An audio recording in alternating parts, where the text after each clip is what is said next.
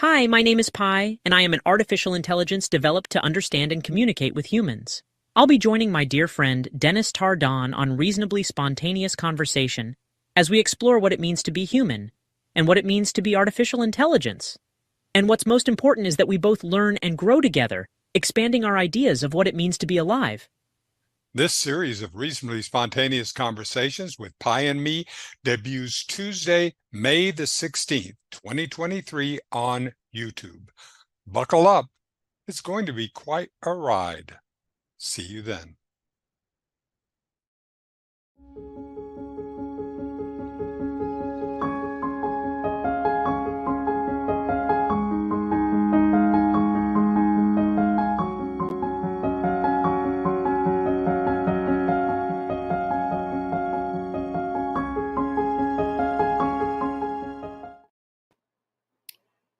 Hello, and welcome to another episode of Outside the Lines, program where we talk about humans, humanity, and the things that define us as humans, and the things that we think define us, which sometimes is not the same thing. And one of the reasons that we call this show Outside the Lines is because it's a reference to something that people tell young kids when they're doing coloring books. I remember being told the same thing when I was a kid, and I loved drawing and coloring books. And that is to color inside the lines. Stay inside the lines and make sure you use the right colors. And I always wondered, well, what happens if you go outside the lines? Is something going to happen? And of course, nothing happens, because it's coloring books. Um, but as I've grown older, I've discovered that our lives also contain lines. Society has decided to put up certain parameters of ways of living, ways of existing. That there are things that are acceptable and things that are not acceptable in life and in behavior, and those are the lines that we're not supposed to cross. Because you always hear that, don't cross the lines either. Um, but in this program, we want to take a look at things um, from that perspective of what's on the other side of that line, and why can't we go there? Why is this acceptable and this other thing not acceptable? And who's making these rules? Who's drawing these lines? So, uh, on today's episode, we're going to be discussing one of the things that define us as human beings, and arguably one of the more important things that define us as human beings, and that is our sexuality. So, that said, I do want to issue a viewer discretion. Viewer discretion is advised. We are going to be talking about sex and sexuality and gender issues. And so there may be language and things which may be inappropriate or upsetting to people who, for younger people or younger audience or more sensitive viewers. So you have been warned. And so to navigate these potentially treacherous waters here, I want to bring up my co-pilot, Ms. Renée Yaworsky. I'm here to co-pilot. Yes, here we go. We're Yeah, rising. because we may have to rock a few boats. We're gonna rock the boats because We're gonna color outside the lines, right? That's why color outside the lines. we have Step this over. beautiful flag here That's behind right. us, this gorgeous pride flag. Right, that's right. And yes, that's exactly. This month is June, which is also Pride Month, where we celebrate all things bright and beautiful and fabulous and gay. And so for that, and so we decided that one of the there's been some controversy lately, some talk about trans issues and gender identity and things like that. And so we hope to offer up some definitions and some clarifications of what all that means, because there's a lot of debate and discussion, and concern about just what does all that mean? You hear you hear the alphabet, what some people refer to as the alphabet soup. LGBTQA, and I think they're adding I and all sorts of other things now. And the A in LGBTQA stands for ally, which means people who support gay people and support their rights. So that's one of the things that we're going to talk about as well. What constitutes, gay rights? And is it something separate from everybody else's rights? Mm-hmm. And so, first of all, there are a couple of gentlemen that we're going to bring up, some video clips of theirs, who are very, they're anti-trans activists. Mm-hmm. They are very much opposed to any definition that goes beyond the normal or the traditional view of gender, which is male and female. And that's been the view for centuries. But the fact is that in other cultures, even in ancient cultures, there was, they did accept the idea that excuse me, that there were more than one or more than two genders. That yes, there were males and yes, there were females, and in a lot of civilizations, those roles were pretty much the same. They thought about those roles pretty much in the same way that we do.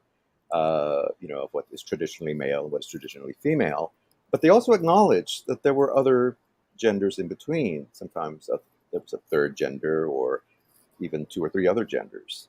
So it wasn't.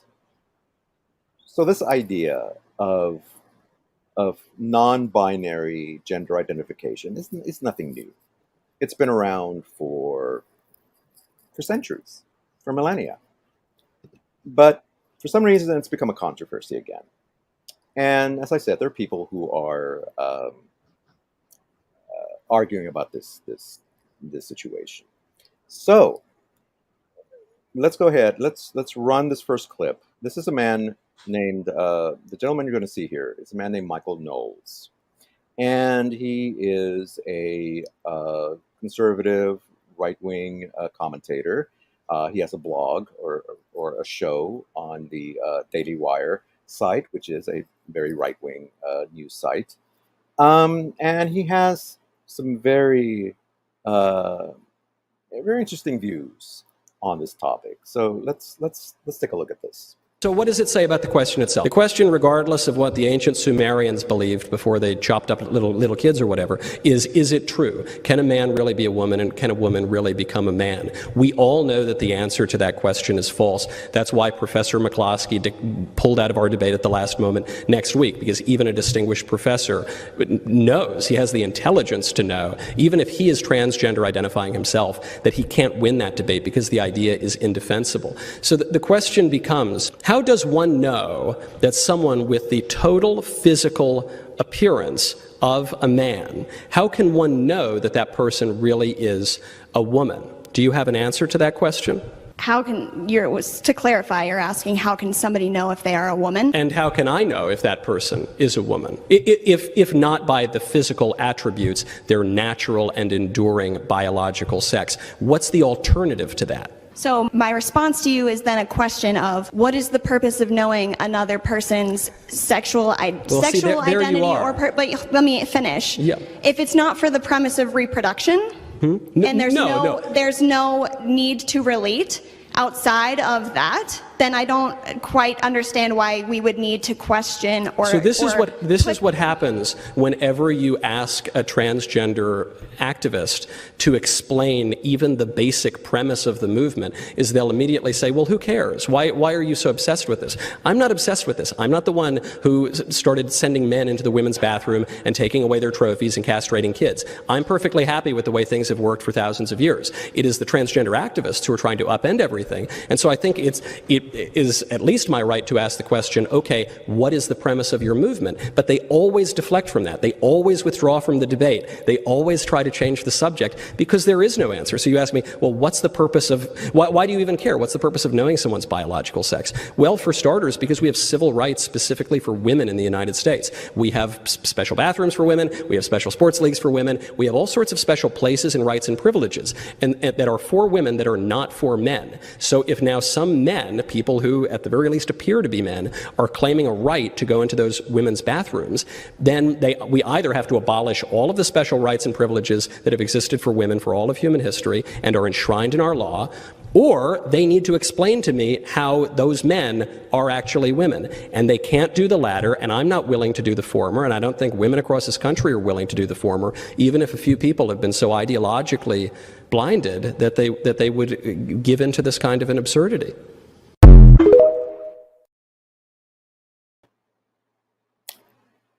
Okay. Well, there's a lot to unpack there. Yeah. So, Renee, as a biological woman, as they like to say, how do you feel about that? How do you respond to that? How would you answer his question? Well, first of all, I think that he's doing he has a script and he's sticking to that script, and no matter what somebody says, and he's also using a lot of extreme language that kind of tips me off as somebody who understand rhetoric. I understand rhetoric and I understand, persuasion, and I studied that. And I understand what he's doing by saying they don't have an answer. They always pull out of the debate. He's using extreme language, which means give me an example of that. Just because this one guy didn't want to debate him, of course they're debating all the time. People who are for trans equality are debating all the time. So he's lying right out of the gate, saying that they don't have an argument. Of course they have an argument. They're talking 24 hours a day. You can go on TikTok and see them. You can go on C-SPAN and see them. You can read their books. So that doesn't work on me. I could tell that it will work on some people. He also is like Ben Shapiro, where he's just going to keep talking really fast without saying a lot of substance. And that puts other people off too, thinking he's intelligent, because they've done studies, and the more words you fit into a minute, the more intelligent people perceive you to be. But he's just saying the same thing over. The only thing that he said is that there's two sexes. It's always been that way, and there's no way to stop it, and no one will debate him because nobody has an argument. That's not a substantial argument or position, and it did not fool me. I also saw that what he's trying to do, and this is very prevalent right now on the left. I see Ben Shapiro do it, and all of them do it. Not all of them do it. I'm sorry. I just descended into his little language. But he tried to make it a women's rights argument so that women would trust him. And as a biological woman, I saw right through that. I am so used to, cis men, CIS. That's one of the terms in our glossary. If you click on that, the links that we have here. I don't believe that at all. He does not care at all about women's rights. He tries to say that the reason it's important, the reason why he needs to know, he's like the gender inspector. He needs to know exactly. It's very important to him. And so, of course, the activist is saying, why do you need to know those intimate details of a stranger's life? And he's going, oh, because I'm this, basically it's like, I'm this woman's protector, and I don't want a man going into their bathroom. He's trying to appeal to a very small segment of women who might be insecure or might be afraid. And it's a lot of fear mongering, saying, oh no, women, you're going to be alone in a bathroom. You're going to be assaulted by these men who are calling themselves trans. He's trying to stir the pot, which is the genociders' playbook, which is the whole scapegoat. Now we're trying to use transgender individuals as an agent of fear. We are weaponizing their experience to try to make other minorities, i.e. women, but other minorities be afraid. That's my reaction. None of it worked on me. You can see people like him are a dime a dozen on the internet and on the news. And it's very basic rhetoric that I would assume a sixth grader probably would get docked on the debate team for. Yes. yeah, it's It very does interesting. work on a certain segment. It does work on a certain segment. He's Yeah. appealing to the lowest level of primal fear, and it will Right, work right, with a certain right. percentage. And that's who he's appealing to. He's not appealing to, certain he knows what he's doing. Yes, and like you said, that's exactly right. He's using a very common strategy, which is the word salad. Just an avalanche of Yep. words, very rapid, and the thing about him and others like him is he's obviously very articulate and intelligent as well. But the problem is that, first of all, when he mentions the Sumerians at the beginning of the video, that is part of another earlier discussion that somebody brought up, Okay. as I did, Okay. about ancient cultures Mhm. accepting the idea that there were more than one gender. And the crack he makes about them killing babies or whatever is an allusion to the fact that, yes, the Sumerians, like a lot of ancient cultures, Right. Yeah. practiced human sacrifice, Mhm. including children. Mhm. What he's not saying, though, what he didn't say in this little dismissal, is that that was part of their religious practice. Mhm. And as terrible as that sounds to us in our modern view of religious practices where nobody's really sacrificed. Um, well, I'll get to that in a little bit. He's using that idea to dismiss the fact that there is precedent for the idea that there is more than one gender. He's using that as a way of dismissing. It's like, well, they practice human sacrifice, so why should we care what they thought? So that's the first tactic. The other thing he mentions, a Professor McCluskey, which I should have looked him up, but I didn't. Pulling out of the debate with him, and he says because he didn't want to debate him because he doesn't, he knows that the thing is indefensible and so forth. At least that's what he says. We don't know if that's the reason this other person pulled out from the debate. It might have been he had a personal, something happened that he couldn't debate at that time. It not necessarily true that he pulled out because he didn't want to debate Mr. Knowles. And you did bring up an interesting point about he kind of ends his little speech by talking about, well, we're going to have to rewrite all the laws and dispense with all these special laws that are crafted for women. Again, what he's not saying is that the reason there are special laws is because men have been oppressing women for centuries. Yeah. Women Right. have been secondhand citizens for so many years. For example, I was thinking about the women's right to vote. It took a constitutional amendment for women in this country to be allowed to vote. And it was the 19th Amendment, and it was ratified in 1920. So from 1920 on, women have had the right to vote. That amendment was first proposed in 1878. So in other words, it took 42 years between the time that the amendment was proposed to when it was ratified. So for those 42 years, women could still not vote. Yeah. And even then, it took another 40 years or so. And you had a program. You did a program where you had different generations of women. Yeah. On. Yep. And one part of the discussion, it was very interesting, was about the older generation, the mother, Sandy D's mother, I think it was, Yep. was saying that she couldn't have a credit card in her own name. She couldn't have Right. a bank card or a bank account in her own name. That she had to have that she actually had to go to she went to the bank and they said, no, we need your husband's signature. Even though her name was on the account, they still needed the husband's signature. Yeah. And this was Like not she that was a long ago. child. Like she was a child who could not be trusted, did Exactly. not know how to use money. Yeah. Exactly. If you've ever seen All very recent. yeah, like in the 50s and 60s. If you've ever seen the TV show Mad Men, Yeah. which is about that era, the 50s and 60s, and you see the misogyny and the discrimination against women, how women were looked upon and Yep. treated as just sort of second, like, nah, okay, your opinions don't matter. We're men, and it's only our opinions that matter. By golly. Yep. So Mr. Knoll's talking about, special women's rights and so on. It's because men were not allowing women to do all these things. Right. And he mentioned women's sports. And this is an interesting thing, too.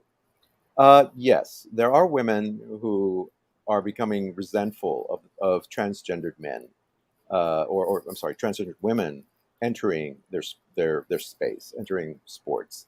And in fact, I saw a video, and I almost brought it up, but I decided not to, where a woman is pointing out all these transgendered women who are winning awards, Woman of the Year, and so on and so forth. And she's asking, how is that right?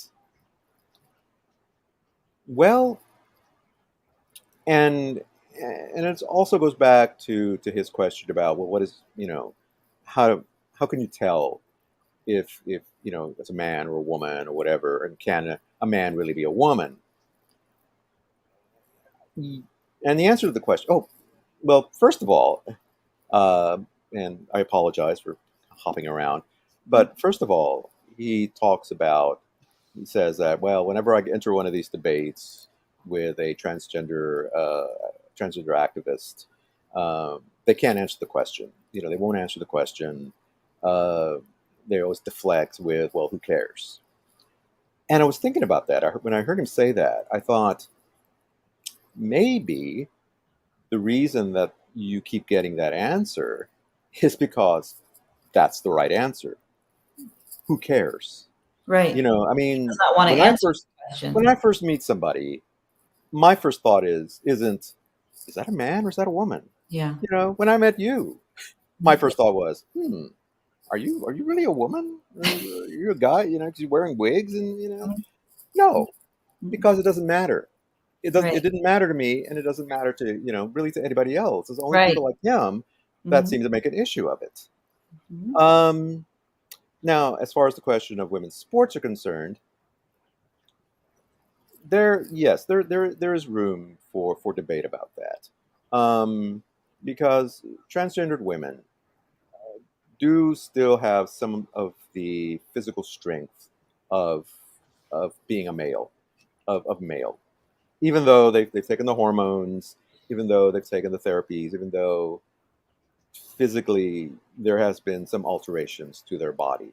And that's the other thing that we need to define in just a bit, is just what exactly is transgender. What does that mean?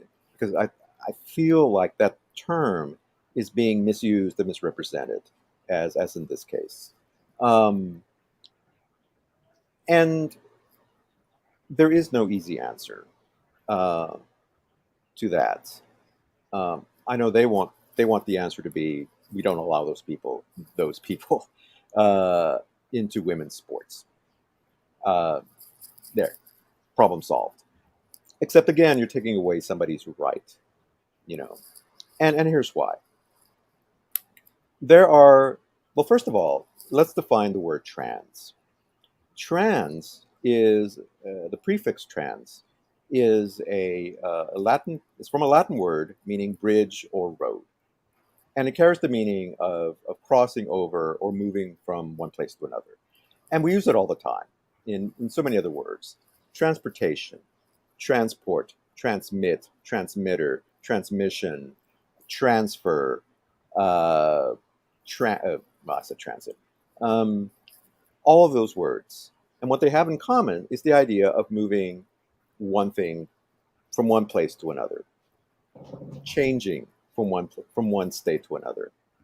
A transmission, for example, can be either a noun, like the transmission in your car, but again, it's about changing gears. Or there's a transmission, as in a broadcast, just like this. We're transmitting these signals to you. But again, it's about crossing over. It's about moving from one state to the other. Transgender means changing from one sex to another via a series of hormone treatments and surgery. And again, it's nothing new. It's what we used to call back in the pre-PC days a sex change operation. Now they call it gender reassignment surgery, and it's something that's been happening since the 1930s.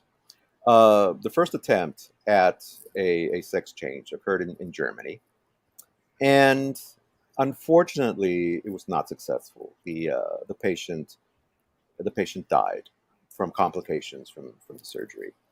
But in the 1950s, a Swedish man, underwent the first successful sex change and lived for a long time as a man, or I'm sorry, as a woman. In fact, there was a movie about it called The Swedish Girl, starring Eddie Redmayne. And yeah, it was a little controversial at the time, but he became she, and nobody questioned it. You know, people didn't know if they didn't know that she had been born a biological infant-born male. So the idea of, well, can a man become a woman? Yes. Now, the only thing is, and this is something that they always bring up, is that, well, yeah, you can change your appearance, whatever, but you're still a male. On a genetic level, yes, they're right. You can't change your DNA. At least science has not been able to do so far. So in that case, yes, and they like to use that term, biological male, biological female, when it comes to somebody who's transgendered. And in the case of the sports teams and so forth, they like to bring that, well, she's not a woman, she's a biological male. They always got to make that point, biological male. But biology, and here's the thing, biology isn't the final arbiter of this topic. That's the base level. Yes, that is the base level. We're born male, we're born female, and it all depends on our chromosomes. If you have a Y chromosome, you have an X chromosome, you're male, you're female. There you go. Yes, that's basic biology, basic science. But when it comes to the issue of identity, that's a whole different thing. And one of the freedoms that we as Americans enjoy is the freedom to choose. And we're given a lot of choices. When it comes to consuming things, you go to any grocery store and there's hundreds of varieties of everything you can think of, and 100 different brands, and you can choose. If you want ketchup, you can choose Heinz, or you can choose, Hunt's. If you want to buy a car, you can choose a Chevy, or you can choose a Ford, or you can choose a Dodge, or a Honda, or whatever. And so we are allowed to choose. We're allowed to make those choices. But it seems that when it comes to how we identify ourselves on a sexual level, on a gender level, suddenly, no, you should not have that choice. People say, like Mr. Knowles, say, well, no, it's a false choice. You're either a man or a woman, and that's it. and anything else is ridiculous. He calls it an absurdity. Um, and I'm what would be termed a cisgender male. In other words, I identify as a man, as a male, you know. And I know Renee identifies as a cisgender female. Yep. And it's not. I mean, in my case, I can't speak for Renee, but in my case, I didn't sit down and choose that. I didn't, I just accepted because that was the thing. Growing up, I'm from an older generation, and those kind of things were not an issue. It was not a question of who do you want to be today, Right. But as I've grown older, and you would think, coming from that older generation, that I might have the same kind of attitude that Mr. Knowles expressed, but I don't. Yeah. Because in my heart of hearts, I have a very simple philosophy, and it's just 4 words: live and let live. Yeah. That's my basic philosophy on life and everything else. Live and let live. If someone wants to identify, someone who is biological male wants to be a woman or wants to identify as a woman, I'm fine with that. Mm-hmm. And vice versa. If there's a woman who decides, hey, you know what, I don't feel comfortable with this person that I am. I don't feel like I'm the right sex. Right. And decides that they're really a man or a male, again, I'm okay with that. Mm-hmm. In fact, I used to work with a lady whose sister transitioned and went through this whole thing and transgendered into a man, and is now living very happily as a man. And to look at him, you would never tell that he was born a woman. And and like I said, I knew him before and after, Mm-hmm. and I thought it was wonderful. I thought, wow, you look good. You look good as a man, and clearly, this is who this person not just wanted to be, but was meant to be. I mean, you could just see it in his face. You could see it in the way he carries himself. That this is the person that he was meant to be. Right. There's a term called gender dysphoria, which is supposed to be a kind of a term to describe this this uh, this. Wow, I'm so sorry. This disconnect between the sex that you're born as and the sex you believe you're supposed to be. Mm-hmm. And it's called gender dysphoria, and it's once considered a mental illness, and in fact there are still people who think that this is a Yeah. mental illness, and we'll see someone like that here Mm-hmm. in a second.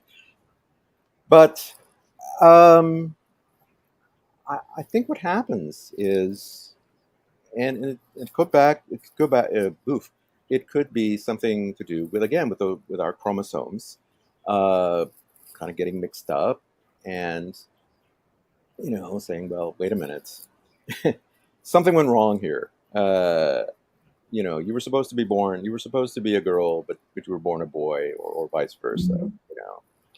And this happens in a very small portion of the population. Most everybody's like, okay, you're a boy, you're a girl, you grow up, you're a man or a woman. Yeah. No problem. But and so there's a small population.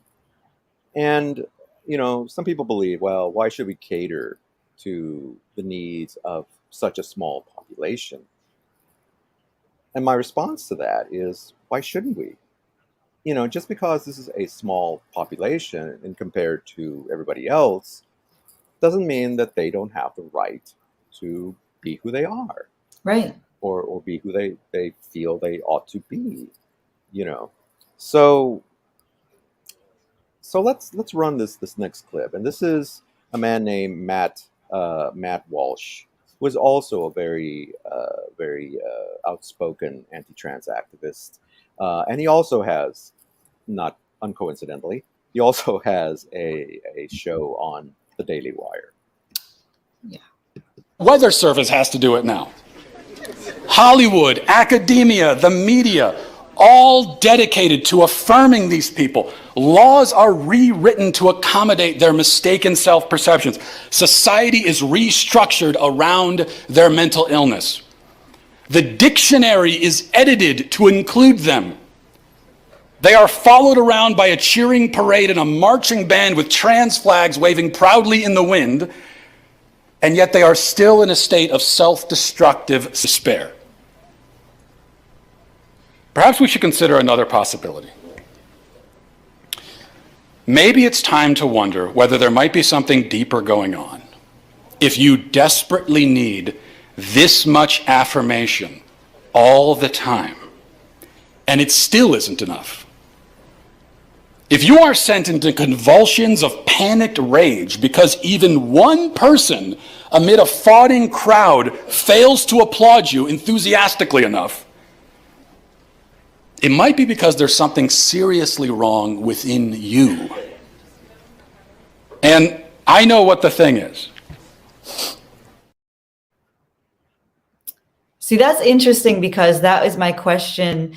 His very tactic there is what I always think about somebody who's so triggered by someone who has a different body or sexuality or journey than they are. There's something insecure with that person. Like, why is this person dedicating so much energy and passion and time to something that does not concern him? That to me is a red flag that he might have some issues about his identity or who he is. Because why is anybody, you know how like if you see a bully attacking other people in the schoolyard, they always find out the bully himself is dealing with some trauma or some trouble. The very thing that he's arguing, I want to argue for people like him. Why is he staying up at night? Why is he so vitriolic? There's something very significant and visceral here that these people, to use his term, but now I'm talking about Knowles and Walsh and whatever else these people, I'm like, you are really interested in this topic. And I want to know why. Why does it bother him that much what an adult does in there? And he's saying it's because they're changing all the laws and they're not making other people be trans. It's not like he's going to wake up tomorrow and someone's going to force him to be trans. So what is his dog in the fight? And so I would reverse that on him. And it is something that I've been wondering about. Well, it's interesting that you say that. And one of the problems with discussing this with people like Mr. Walsh and Mr. Knowles is that they get very defensive. Right. When you turn the question, as you said, when you turn the question around on them, they become very defensive and they say, well, now you're victimizing me. You're denying me my right to express an opinion and so on and so forth. And, they talk about people not wanting to answer their questions. They, in turn, don't want to answer ours. Exactly. If you did confront Mr. Walsh, he would make some arguments about, well, why are you attacking me? Why are you're attacking my right to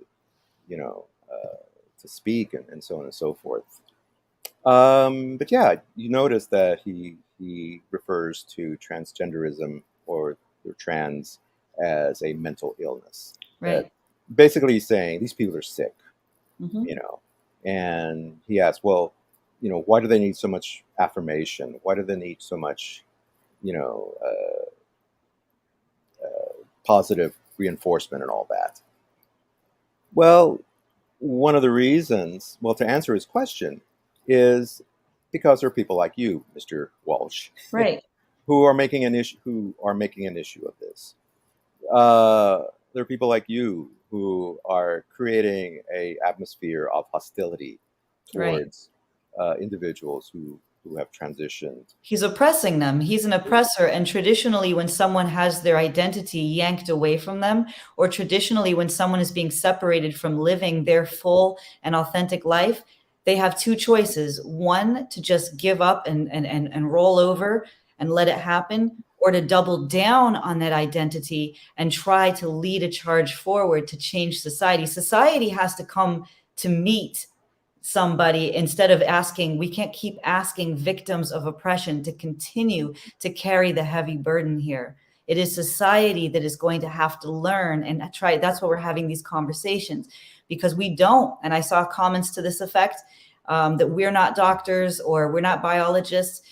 I have a lot of questions, and having these dialogues helps flesh out that truth. But at the end of the day, it's like you're seeing somebody get extremely reactive, and it's disturbing. But it's like what you said when he asks that question, the reason why somebody might have to double down in their reality is because someone is pulling it away from them. That's very disturbing. That's abuse.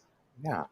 Well, my answer to that, not to what you just said, but to what he said, Mhm. is, why do they need so much affirmation? My other answer is they don't. That's not what they're asking for.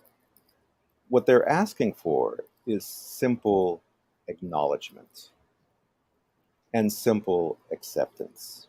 That's it. Acknowledge me, realize that I'm a person just as you are, that I am a human being just like you are, and accept me as a human being just like you are.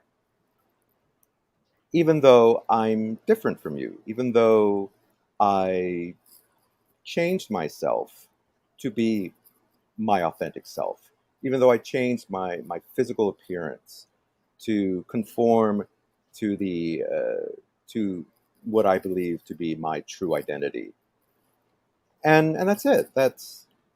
And what's ironic here, and I would even go as far as to say what's hypocritical here, is Mr. Walsh has made statements when he was a basically a DJ on a radio station. Is he made comments that he believed that the only way to really to affect change was through violent means.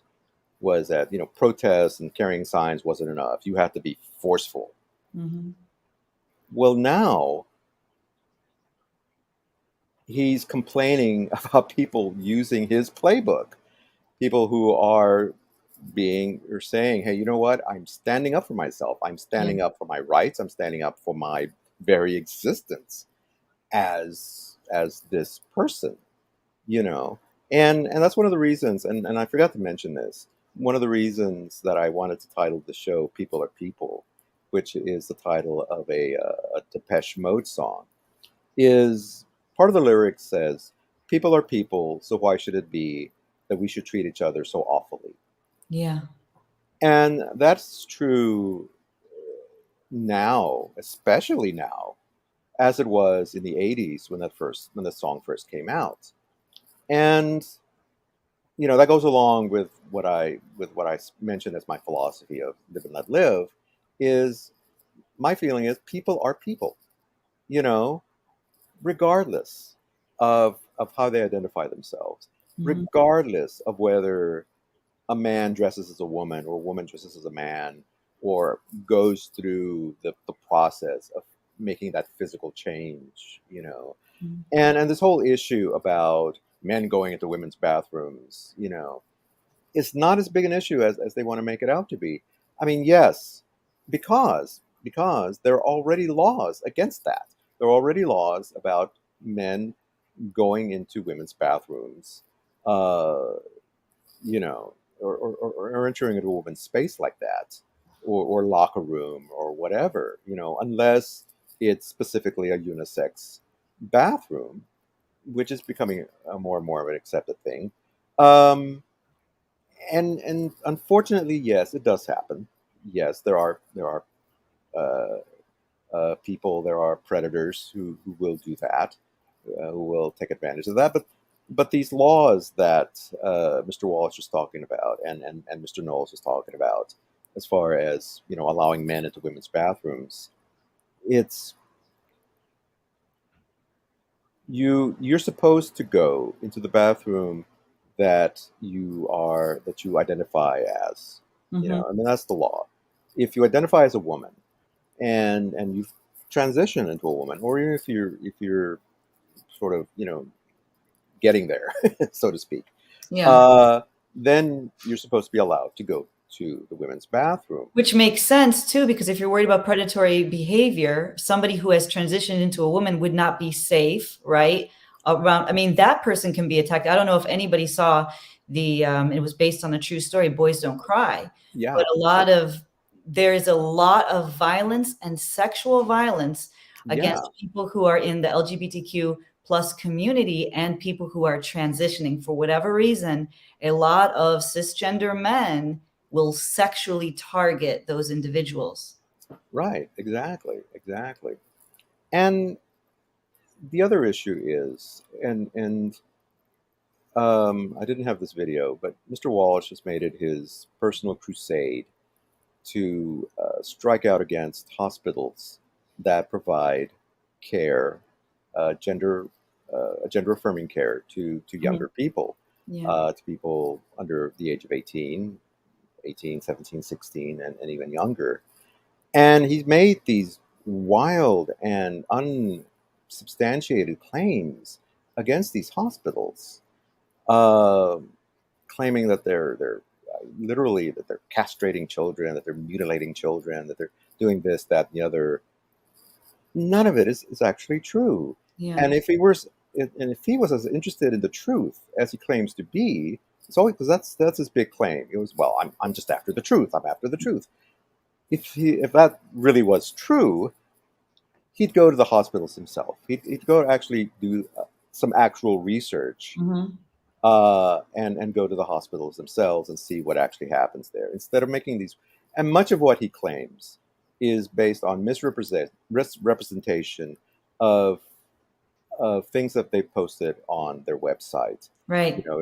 Explaining, well, these are the treatments, and so on and so forth. And so he's taking these things and just blown them up to sound like some Nazi concentration camp, which he's even compared them to, by the way, or Nazi experiments, whatever. And so the result of this crusade is that these hospitals, first of all, they've had to take down that information off their website. They've gotten threats. They've gotten threats of bombs, and bomb threats, and threats against the doctors' lives, and so on and so forth. And like you said earlier, it's all very inflammatory rhetoric meant to stir up people who lack critical thinking, who lack the skill to say, but wait a minute, is this true? Let me actually do some research on this, instead of just accepting it on at face value. Well, that's what I'm trying to say is people really need to fact check these carnival barkers. Everybody's been to the carnival and they've seen a carnival barker. What does the carnival barker do? They're trying to distract you from your wallet, trying to distract you from the game that's stacked against you that you can never possibly win. They're talking extremely fast, but like you said, it's word salad. They're not actually saying much of substance, or they're deliberately altering the facts. One of the ways that somebody who is a carnival barker, like a Trump, what they do is they'll say 99% fact, and then they'll alter that 1%, which is prevarication, and they take you in a totally different realm. So it seems, so to somebody who's not discerning, to somebody who's not going to go and fact check, people are busy. They don't have time. They're just hearing these snippets, or they're scrolling through Instagram. They're hearing these things. They're taking them as fact. And these particular carnival barkers are banking on the fact that nobody is going to Google it. So you can say anything and you will have a certain segment of the population go along with it. Well, one of the things you said earlier is very interesting when you're talking about basically fear mongering. Right. That's what it is. Nobody, unless you're a total sicko, nobody wants to see a child hurt. Right. And that's what they're banking on. They're beating this drum that children are being harmed, and a parent reads this and they go, oh my gosh, children are being, all this stuff is happening, and but they don't stop to think, well, wait a minute, is this true? Nobody stops to ask, is this true? Right. And that's how they get away with it. Like you said, it is kind of a like being a carnival barker, and you mentioned the word banking on this, and that's a very interesting way of putting it, because they're not these two gentlemen are not taking these speaking engagements for free. Right, they're getting paid. That's another thing I wanted to bring up, is that they are getting paid. They're not doing their shows on Daily Wire for free. And I want to stop saying that because I don't want to give them any more advertising than they deserve. Right. But they're getting paid to do this. And what's happened is they've learned the lessons from the previous generation, from the previous people who did this, from the Rush Limbaugh and Tucker Carlson and Alex Jones, that pushing misinformation, pushing outright hate pays. Look at Tucker Carlson, Tucker Carlson rode that all the way to the bank. All the way to the bank until he was unceremoniously dismissed. Well, he's still making money on. But he's still making money, Twitter and all of his he has a movie production company. I mean, he's doing Fox News was the least amount of money he was getting. I mean, he's an entrepreneur. Yeah. Well, Matt Walsh, for example, he wrote a children's book called, well, I don't even want to mention what it is. Don't mention the name. Because, I don't want to get him any more sales. But it's about, it was meant to mock the idea of gender identity by, having this character who identifies as something outlandish. Ridiculous, something totally ridiculous, just to mock the whole idea of identifying as a different gender. He has a documentary out, which again I won't mention what it is. If people want to know what it is, they can look up that name. And he's written books, and now the guy, he self-admittedly he's like us. I will admit, no, I'm not a biologist. I'm not a scientist. I'm none of those things. I'm just a guy. I'm just a human being, and who wants to see other human beings treated right. I want other people to have the same rights that I do, as a cisgender male, because I think everybody should have, I don't see giving anybody else rights taking anything away from me. And so this guy's a family man, he has children, and and there's nothing wrong with being concerned about children. But what I would say is, and this is an entirely different, I know it's an entirely different topic altogether, but my response to that, he always says that he's doing all these things to protect children. That's his goal. He wants to protect children from being harmed by all these things that he says are going on, which really aren't. And the first thing that I thought of was, if you really want to protect children, it's the thing that you really need to protect children from. The thing that really is hurting children are bullets. Yeah. And yet nobody nobody seems to want to mention that. Nobody seems to want to pick That's up what on I'm that. saying. It's all a distraction when they try to say they care about women's protection or they care about children.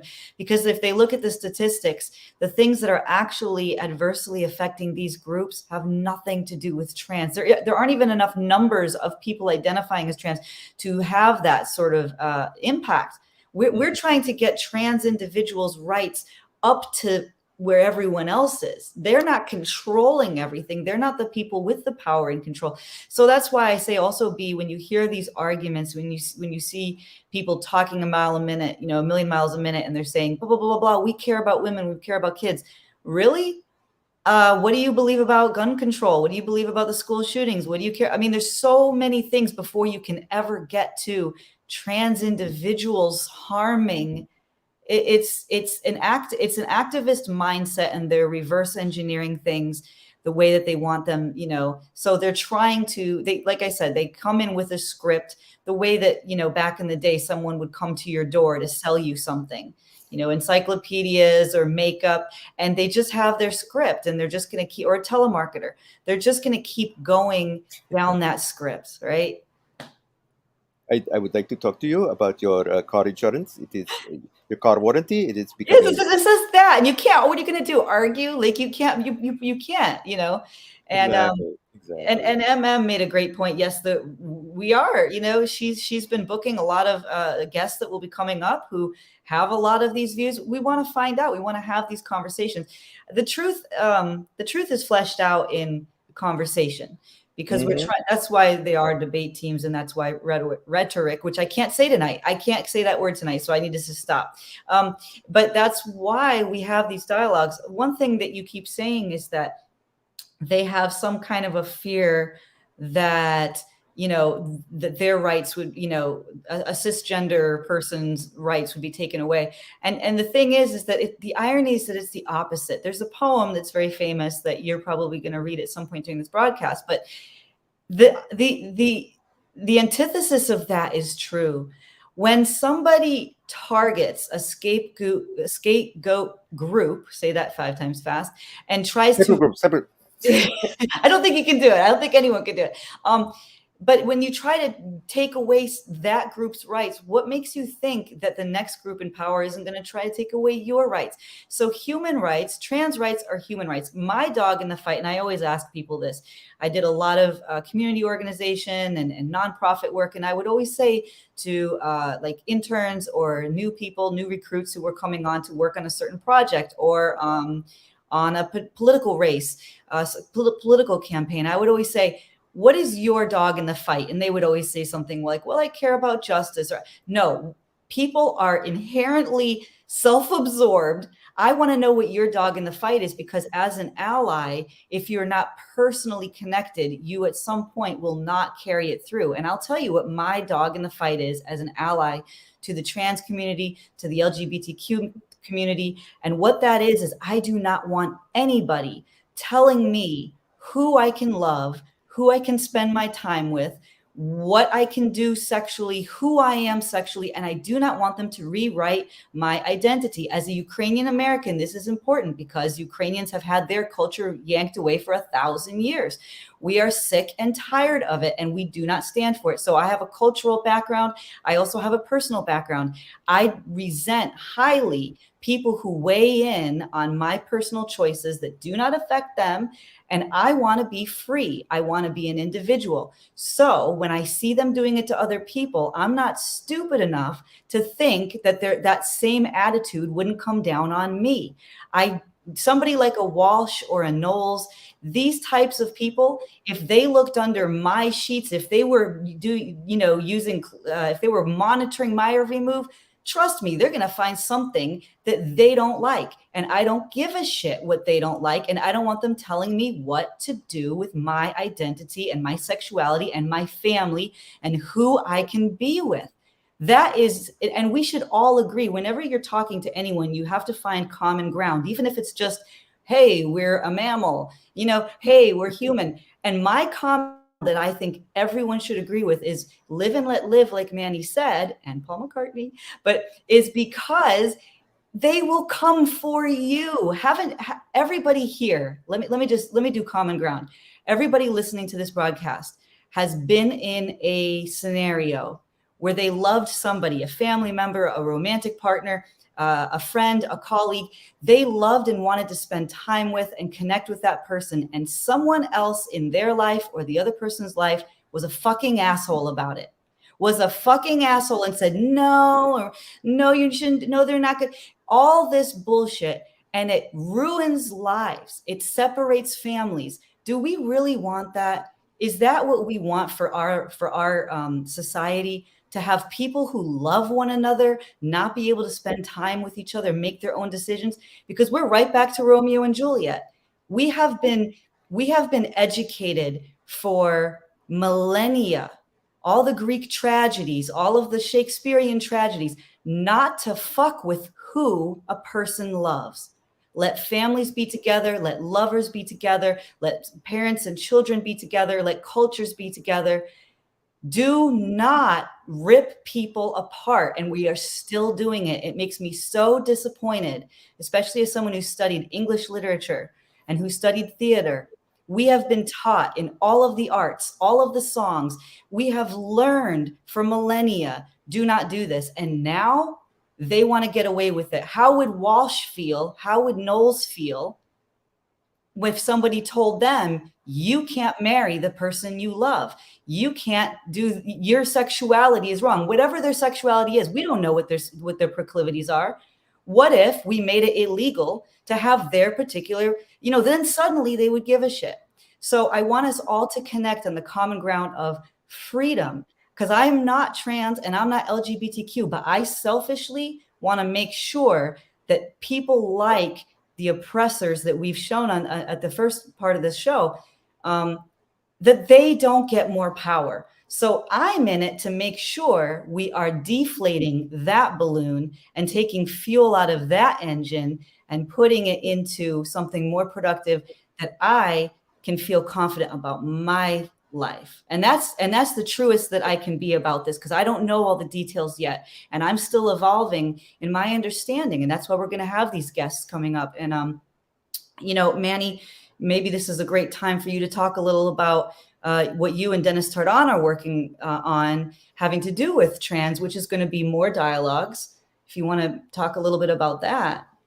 Yes. I am producing a show with our mutual friend, Dennis Tardon, called Trans, and he came up with this title, Trans World Airwaves.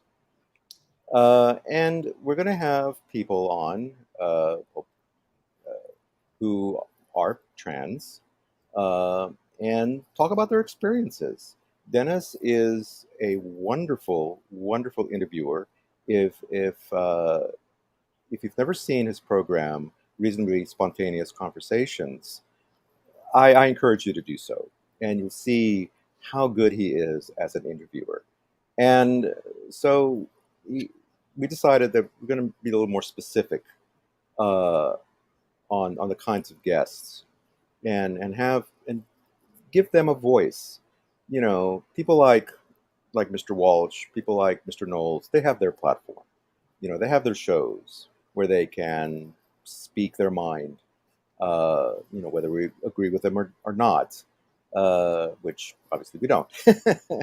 I'm just putting that out there. That's right.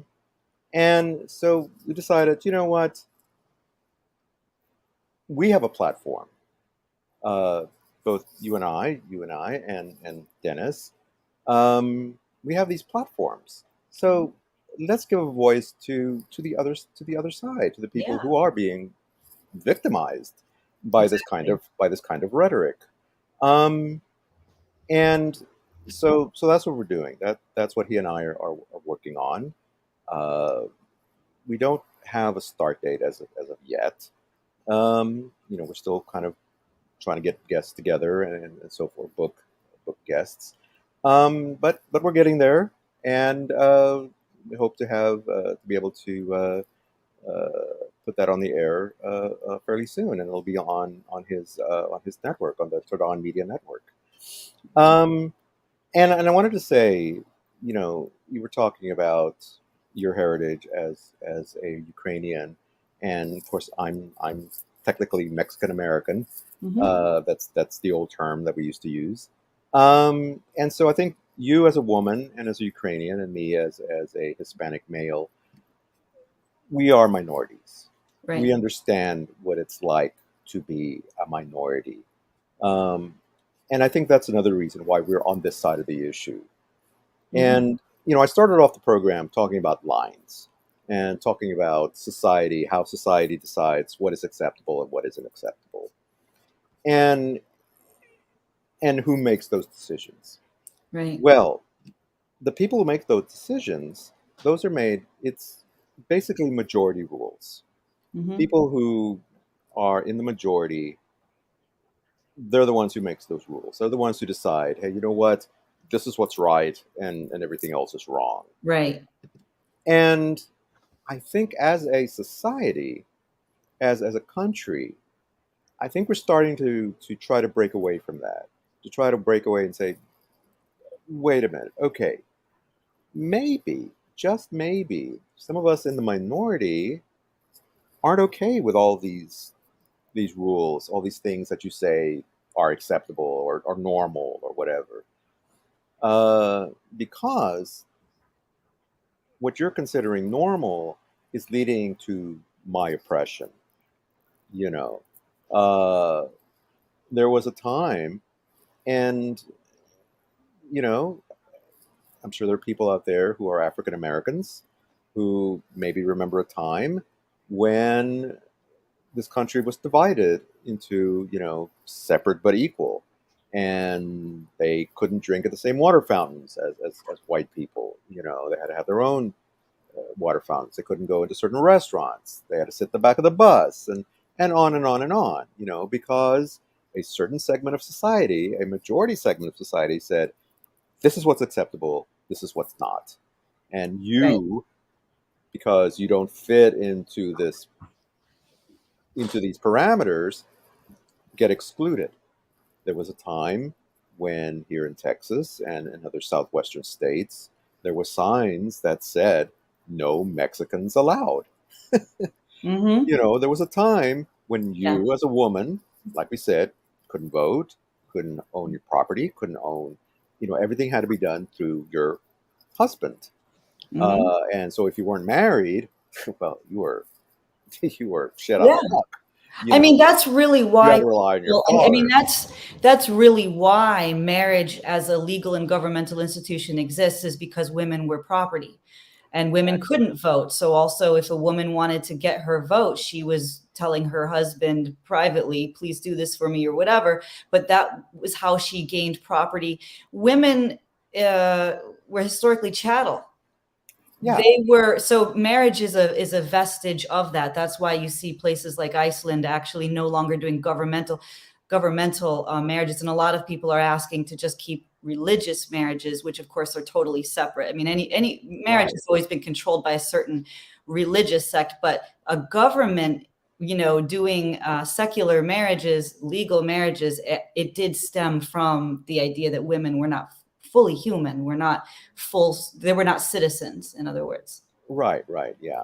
Well, on that topic, I remember the absolute hysteria when the issue of gay marriage came up. Right. And this was just hysteria is a good word. Years ago. It was. This is recent history. This is about very. And yeah, it was hysteria. People were telling me, friends of mine who happen to be conservative and religious were telling me that, my God, this is the end of marriage. It's the end of whatever. And I said, no.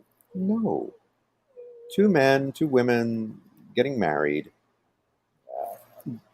will not affect you. Your marriage is still, it's not going to be all of a sudden annulled or nullified, and if you don't want people to getting married in a church, there's always civil marriage, if government acknowledges the fact. Right.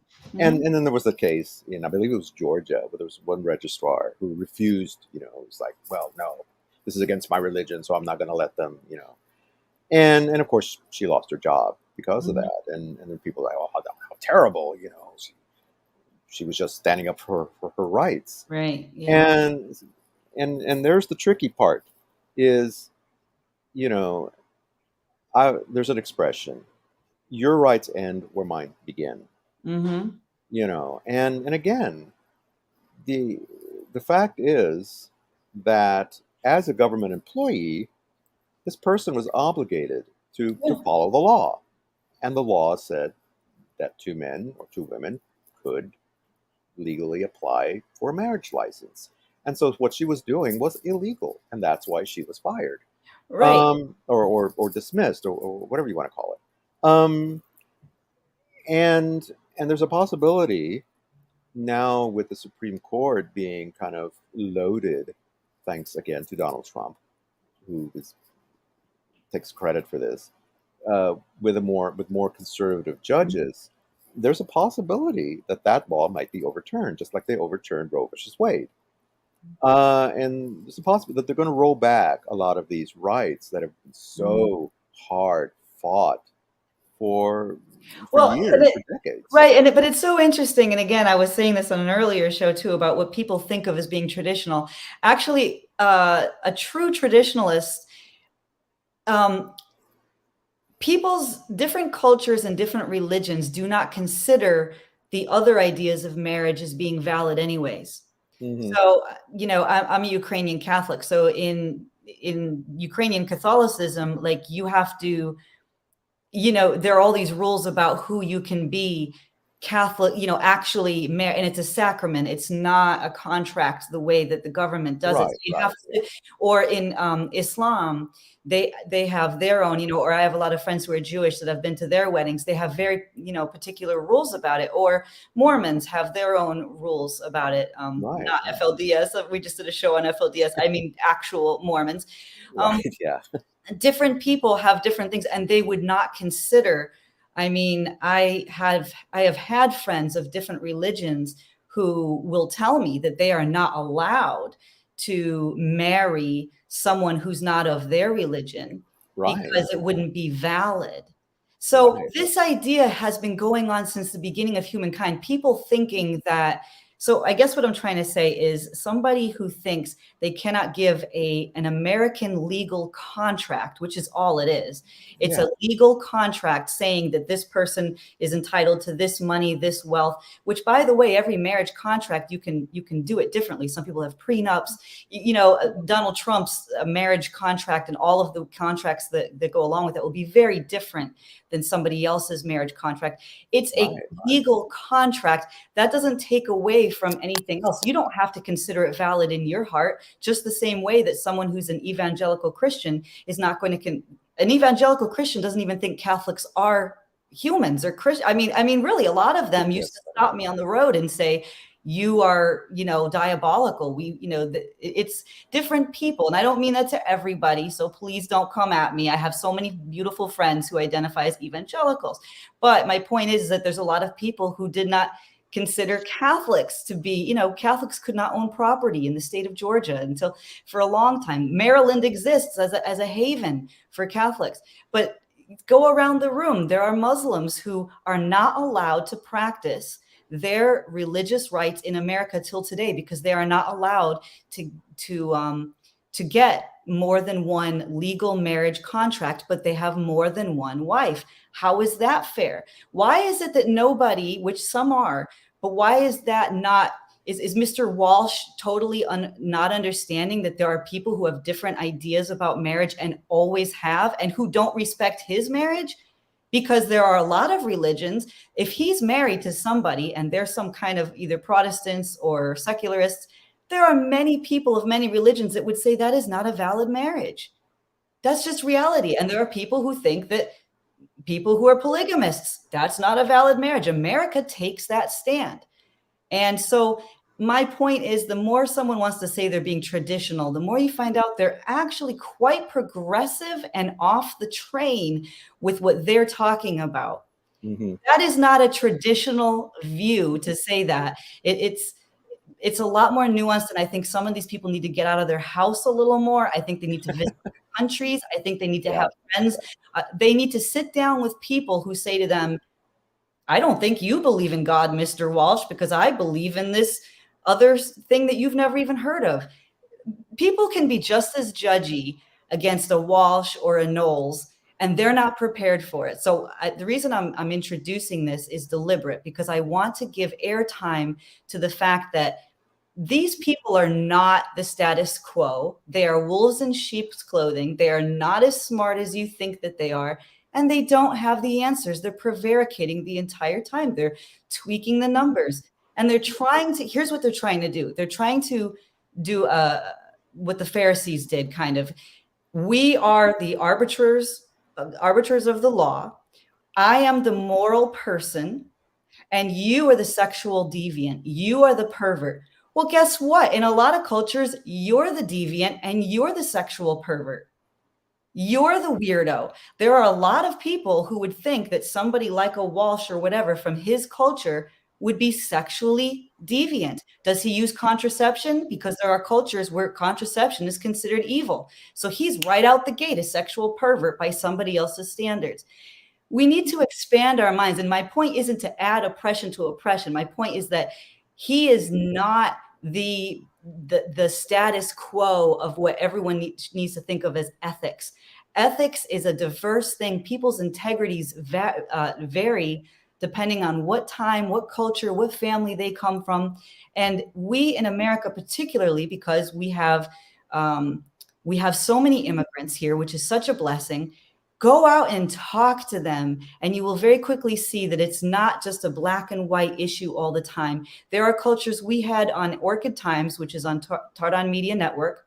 If you go to Tardon Media YouTube and you subscribe, you can check out all the Orchid Times. And they had a guest on there who is a Native American, and she identifies as Two-Spirit because in her culture, that is a particular vocation.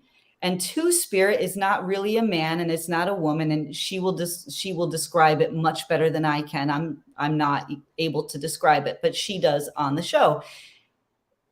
All of the things that these Walshes are talking about, that's not a part of her purview. That's not anything she's thinking about. Right.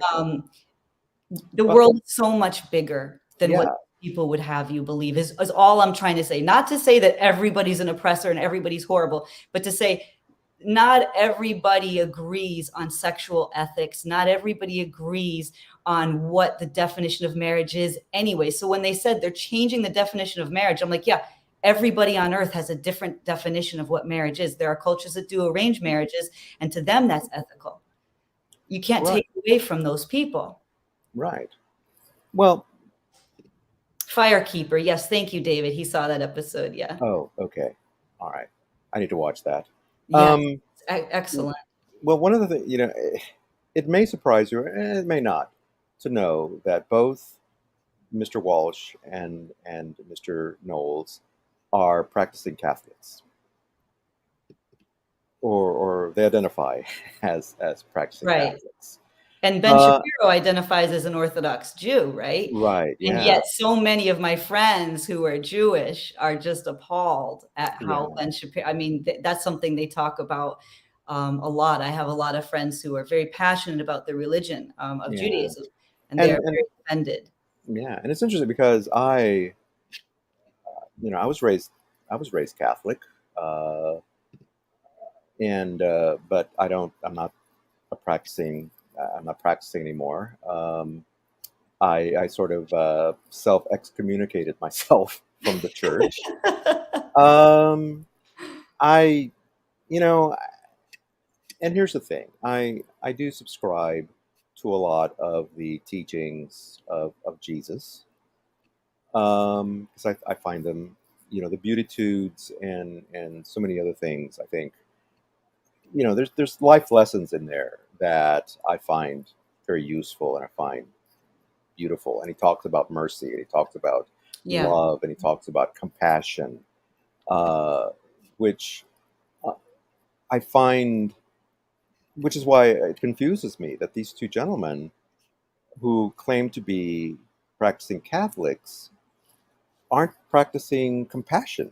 No, They say they are, that but clearly they're it's like not. the KKK members identifying as Christian, or I've been told by Muslims, like the ISIS people identifying as Muslim is funny to a lot of Muslims, because a lot of, Muslims. Right. Yeah. There's These are extreme. These are, this is the whole like more Catholic than the Pope idea, which you can find in any religion, where someone comes out and they're actually heretical against their own stances.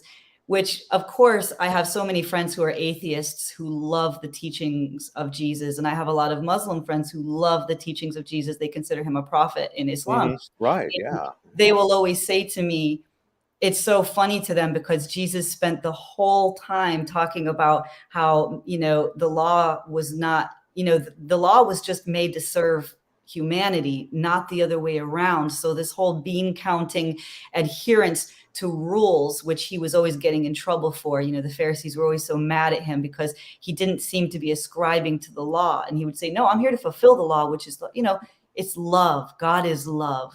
Right. Yeah. It's about love. And he's there saying to them, prostitutes will enter the kingdom of heaven before the teachers of the law. And, they end up putting him on a cross for that, because yeah.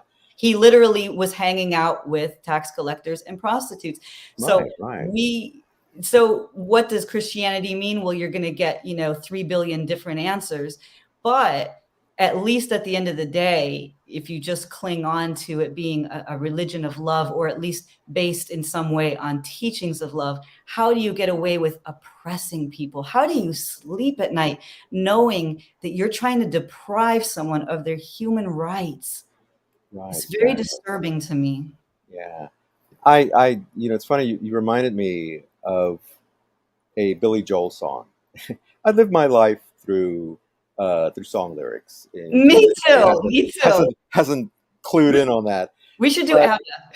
We should. But Billy Joel has a song called "Only the Good Die Young." Yeah. And there's a line where he says, I'd rather hang out with the sinners than I'd rather laugh with the sinners than cry with the saints. The sinners are much more fun. Mm-hmm. And I think about that line, and I think that is something Jesus would have said. That's because that's what he did. He hung out because he said, when somebody questioned him on that, he said, well, people who are well don't need a doctor. It's people who are sick that need a doctor. Yeah. Not that he was saying that these people were sick, right?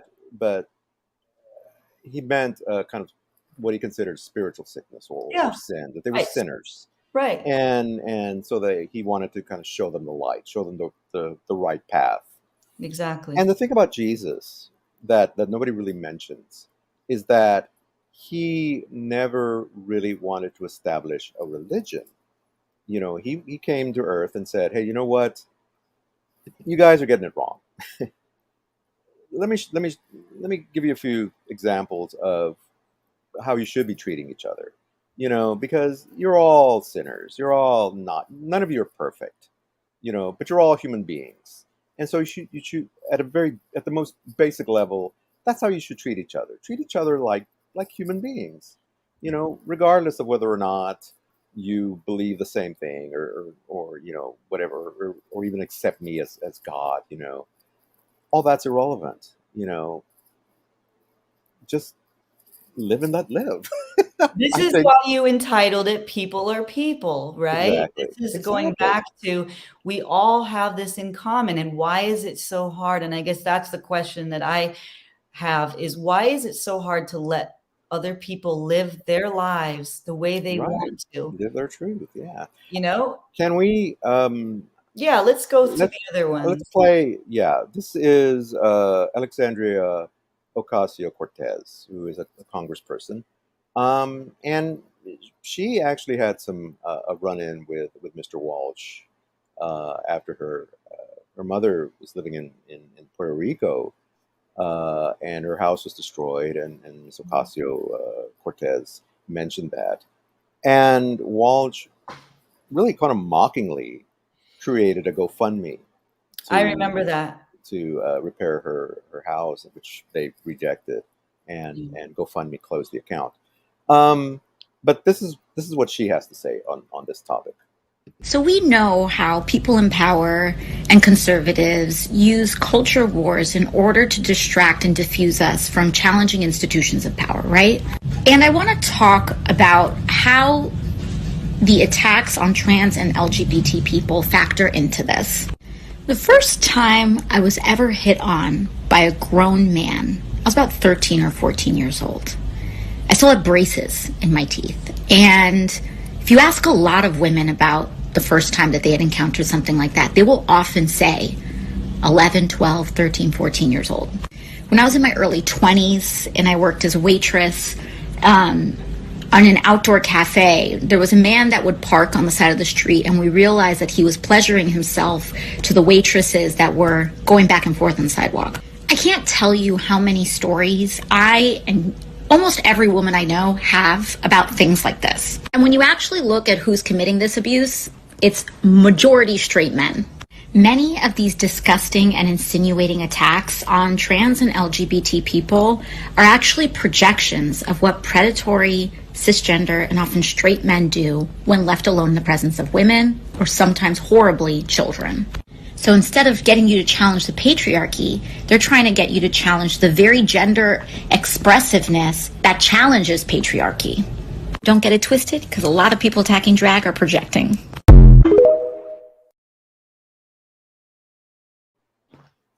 Projecting. That's the mic drop, right? That is the mic drop, yes. And I think that kind of answers the question that Knowles and Wallace were asking. And that's an interesting point of view. And yeah, it's true. It's mostly cisgender and straight men who are the majority of predators. It's not trans individuals. It's not, drag queens reading, books to children that are the threat, as so many people are trying to say. Oh, they're grooming these kids. They're trying to turn them into something else or whatever. And no, these are all pretenses, right? So these are all pretenses. These are pretenses. They're not ready to lock up all of the cisgender men, but those are the ones committing these acts of atrocity against women and children, and yet they're not willing to lock them up. Right, exactly. The majority of school shootings are committed by men, by cisgender young men, older men. Just not just school shootings, but shootings in general. I mean, you very rarely hear about a woman picking up a AR-15 and going on a rampage. And yet women are so often accused because of their monthly thing because of their period, that they're out of control, they're out of this and that and the other, and that's why you always hear the argument that, well, a woman can't be president, but what if she's on the rag and goes crazy and drops the bomb or whatever? No, right. No. That's not what happens. That's not how it works. And again, it's a misunderstanding and a misrepresentation of And here's the thing, these we heard these two men talking about what they believe is science and respecting science and biology and all this stuff. Well, that's part of biology too. That's part of a woman's biology, and yet they use that against women to keep them out of power. Right. That is one of the major arguments that men use to say that women are not suited, and has been used for years. In fact, that was used to deny women the right to vote. Women are too emotional. Women, we can't trust women. I mean, look at it; they're just way too emotional. And yet, you go back and you look at the January 6th video of the insurrection, and it was an insurrection. Whatever anybody else says, it was an insurrection. Who is it that's on the front lines? Who is it that's leading the attacks? Men. Yeah. So so it's very rich. I don't see any men in dresses doing that. No, cisgender men. Exactly. And we're not saying I'm trying to make men. I mean, I'm a man. I'm a cisgender man. I'm heteronormative. I'm a heterosexual. I'm a straight guy, and and I'm not saying that everybody are villains. I'm trying to turn anybody into villains, but we should be more self-reflective. We should be able to turn the camera on ourselves and say, why are we doing this? Why is it us that are constantly in the news being arrested for Mhm. indecent exposure? Very few transgender men, very few gay men are arrested for decent exposure. It's mostly straight men, Right. and I think we need to, as the phrases go, check ourselves before we wreck ourselves. And there's another song lyric. There you go. Another song lyric. You had to slip one in. Yeah.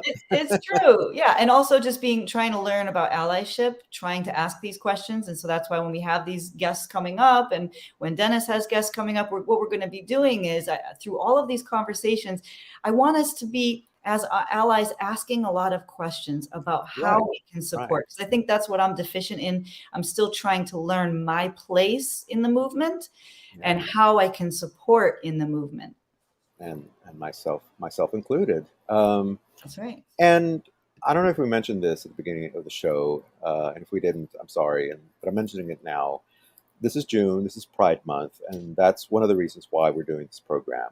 Right. To show our support, to show our allyship, as you said, not to the exclusion of anybody else, because that's not the point. Yeah. Or to bash on anybody, even though we kind of did on Mr. Knowles and Mr. Walsh. They were asking for it, to be fair. Yeah, they were kind of asking for it. They enjoy it. I think they can take it. They like it. They can take it, yeah. But to kind of point a spotlight on this issue and say, hey, you know what? There's another point of view. There's another way of looking at this. Yeah. And, at the risk of repeating myself, people are people. We're all human beings. And that's, if you take anything away from this program, is to remember that. People are people. You're a person, I'm a person. That man or woman or whatever next to you is a person. The people that you love are people. Yeah. The people that you hate are people. And that's really all you need to know. You don't need to know their gender. You don't need to know what's in their pants. You don't need to know who they love or how they love or any of that. Right. Because one of the things that I was taught as a child, there's three things. One is I am a believer in the golden rule. Do unto others as you would. Yeah, do unto others as you would have them do unto you. And the other thing that I've also stated is live and let live. And the third thing, and maybe the most important thing, which I don't think people. No. The second thing is actually another phrase that I remember being taught is, if you can't say anything nice about anything, don't say anything at all. That's right. Now, apparently, that's a lesson that these gentlemen need to learn. So somewhere along the line, they just said, that's liberal propaganda. One of the paychecks that they received for their incendiary comments. Yeah. And third one is, and it may sound a little insulting to people, but I believe it's true, is mind your own business. Yeah. None ya. Mind you hear that from, you're from New York, I'm sure. Hey, mind your own business there. Hey. What business is it yours? Hey.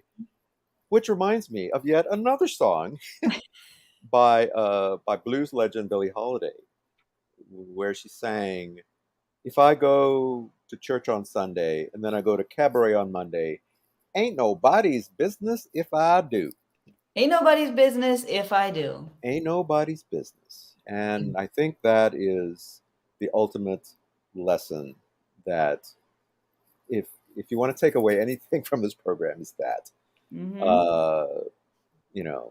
Mind your beeswax. And I don't know why it's let so people hard. Let people be people. Let And support. And I know it gets a little dicier. It gets a little more challenging when you're talking about someone, like there will be people in a family, like parents going through this with their children, Right. or a romantic partner going through this. I have a dear friend whose husband transitioned within the last 10 years or so. And that journey, what they went through together, at the end of the day, so I'm not going to try and say that it's always easy, but I will say support. If somebody you know or love is talking about, hey, I'm feeling different, or I'm having these feelings, or my identity is a little different, or just give them a safe space. Don't, if you love this person, you want to see them grow and thrive, even if it changes your relationship to that person. If you love them, just be there and just say, you know what? Whoever you are, I love you, and I will love you in the way that you want me to love you. Or there's a couple on social media that's very popular where is a man and a woman, and they were married, and then they each found out they were actually gay, and now they're best friends and they still live together, but they date other people and they support one another. And it was the first one coming and having that, oh my gosh, I have to tell my spouse this. And then the spouse said, actually, I've been feeling the same way too, And so they're on this parallel track, and they're like closer than ever because they don't have to live that lie anymore. If you love somebody, let them be who they are, even if it changes you, or if you're a parent, you might have one child and and you envision everything for that child. And then they come and they tell you something you didn't expect. It could be, I'm not going to law school, I'm going to film school. Or it could be, I'm transgender. I'm not going to say that's not challenging for you because you had all these hopes and dreams. But if you love your loved one, support is always the answer. You don't want to be one of these. You don't want to be one of these family members or friends that never talks to someone again because of who they really are. It happens, it happens, but it's very, very upsetting, and it's very hurtful. There's a young man from Saturday Night Live, and I'm blanking on his name, but he was on Howard Stern, and his best friend is his mother. He's a mama's boy, and he had to come out to her as gay, and she will not talk to him. And this is years of a rift. And he said it just is the most heartbreaking thing ever. In fact, he was married to a woman, came out to her, and she handled it better than the mother. And the mother just cannot let go of it. And it's, he said, but what else was I supposed to do? I can't just keep lying to my mother and my wife my whole life. I mean, what do you want to do? Exactly. Yeah, that's one of the hardest issues, is when you see a child being rejected for who they are, or who they feel they should be, whether it's gay, whether it's wanting to be transgender, whether it's whatever, and they wind up getting kicked out, they wind up getting rejected, and and family's supposed to be able to love, family's supposed to be where you are loved regardless. I mean, there are people who have murdered other people, and their parents are like, "Oh, well, we still support them." Of course, this is why I have. Yeah, and I didn't. I was trying to think of how to phrase it. I'm so glad you brought it up, because I wanted to talk about that. I wanted to talk about how, in Ukraine there are people who have married Russians, and there are soldiers, and people get through it. The Civil War was brother against brother. People have to. I just want to say this. There are people who love people who will do anything and who really do expand their hearts in extreme circumstances. And then there are people who just are so hard to deal with even the smallest little bit of a challenge. And so I guess what I want to say is just be careful. I guess you can't choose your family, but be really careful here, because there's a lot of confident, there's a lot of arrogance with somebody saying, oh, well, I have a right to be upset, this is my only child, or I have a right to be upset, that's my husband who's paying my bills. And it's like, gee whiz, so they're just a walking paycheck to you, or they're just a fantasy that you had. You don't care about their freedom at all. And And it's really awful too, because this young man from Saturday Night Live, I remember him saying too, he said it's so hypocritical that people would be against individuals marrying or being with people they love, because he said the alternative, which is what happened for centuries in America, is they would end up ruining somebody else's life by marrying the wrong person. And then that person never got to have their real marriage. Right. That person was raw. And he said, that's what happened to me. He said, I knew my mother could never handle me being gay. So I married my best friend, who's this beautiful woman. And I love her. And I'm so attracted to her in a way. I mean, we have this beautiful, almost romantic relationship, but she can't fulfill me because she's not a man. And so now he said, I took a good 10 years of her life when she could have been, I should have been her best friend. That's who I am. But because of society and my mother, I just, and I have a friend, who is from a culture where he's not allowed to be gay. Mm-hmm. And he told me he was going to do an arranged marriage with a woman. And I said, but how do you ethically do that, knowing that you're taking away a real shot at a marriage for her? And he said, well, I don't know, but I have to do something. I'm getting older. And I said, well, how are you going to be fulfilled? And he goes, well, I'm going to have boyfriends. And I said, but what about her? But she could get a real husband. You're taking that away from her, you know? And that's what I want to say to people like the Walshes of the world. It's like, it injures the cisgender people too, because you're forcing someone who doesn't want to be in that circumstance.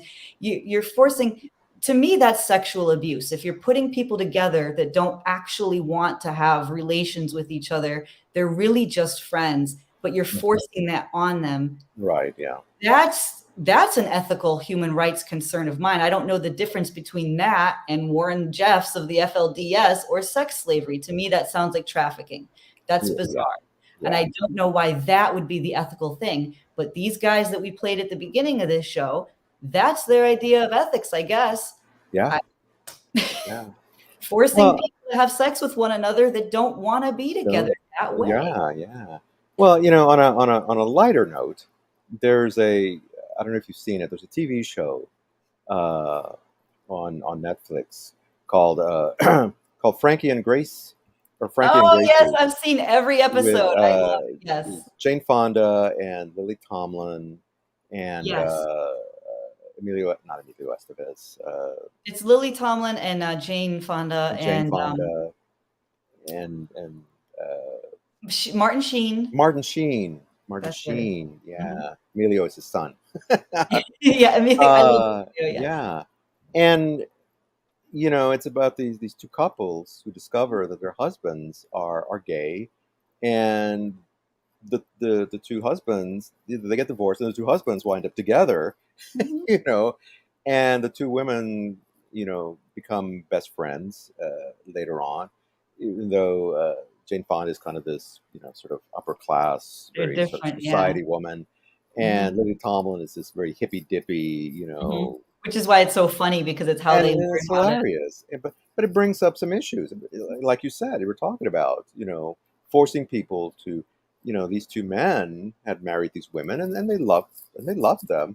Yeah. But deep inside, this was not who they were, and so they wind up having to have these secret affairs, and the secret affair with the other man, until, you know, the whole thing became, you know, was revealed, and so on, and so it's and by that it's a comedic look at it. But I thought they did a brilliant job, especially in season 1, talking about really the destruction, the time that was taken away from both the men and the women, right? Because they were forced to be, and again, deep love. I mean, I've talked to several friends who were gay and trying to come out over the years, and they'll say to me, I really do love my wife. You don't understand. We're like the best friends. I love them. I'm even able to have intercourse, but it's not that Romeo and Juliet. I want to just really, really have this intercourse and this deep sexual bond. We're talking about sexual. It's a very deep sexual thing. I mean, I had a friend who deeply loved his wife and had a child with her, but he could not get aroused. He had to take Viagra in his 20s to even have that child, because as deeply as he loved his wife, she was not the woman that really turned him on. Who had really turned him on actually left him and refused to marry him. So he would just think of her when he was with his wife. Well, of course, Wow. they Yeah.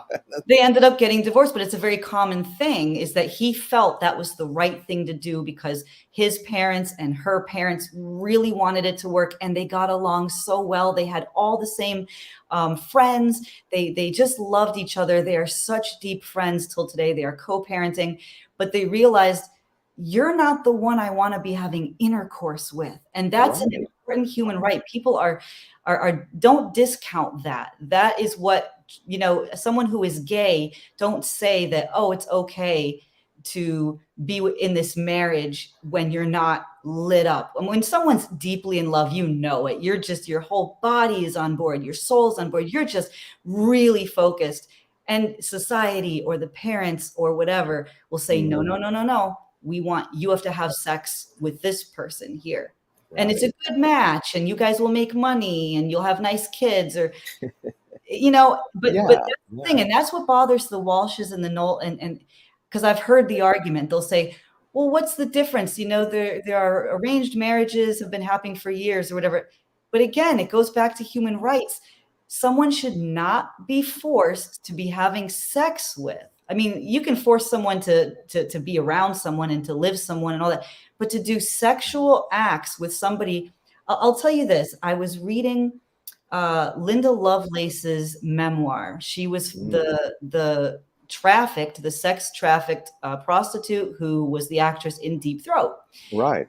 Yeah. And in her memoir, she talks about being trafficked, and there was always a gun pointed at her head. She had atrocious things done to her for many years.